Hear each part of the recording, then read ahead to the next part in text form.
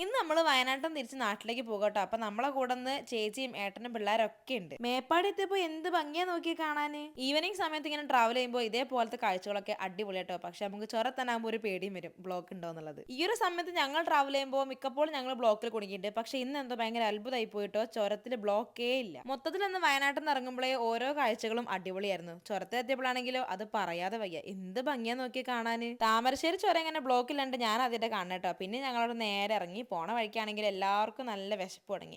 അപ്പൊ ഞങ്ങളിത് ഇങ്ങനെ വണ്ടി സൈഡാക്കിയിട്ട് എല്ലാവരും ഫുഡ് കഴിച്ചിട്ട് പോകാമെന്ന് വിചാരിച്ചു. സമയം ഏകദേശം 10 മണി കഴിഞ്ഞു കേട്ടോ. തനക്കുട്ടിക്ക് ഇതേ ഉറക്കവും വിശപ്പും എല്ലാം കൂടെ വന്നിട്ട് ആകെ ദേഷ്യം പിടിച്ചിരിക്കുകയുള്ളു. അമ്മൂട്ടി ഇതേ അപ്പനോട് എന്തോ വാചകം അടിച്ചോണ്ടിരിക്കട്ടോ. അപ്പോഴേക്കും നമ്മളെ ഫുഡ് വന്നു. നമ്മൾ ഓർഡർ ചെയ്തത് അൽഫാമും അതേപോലെ മന്ത്രൈസും ആയിരുന്നു കേട്ടോ.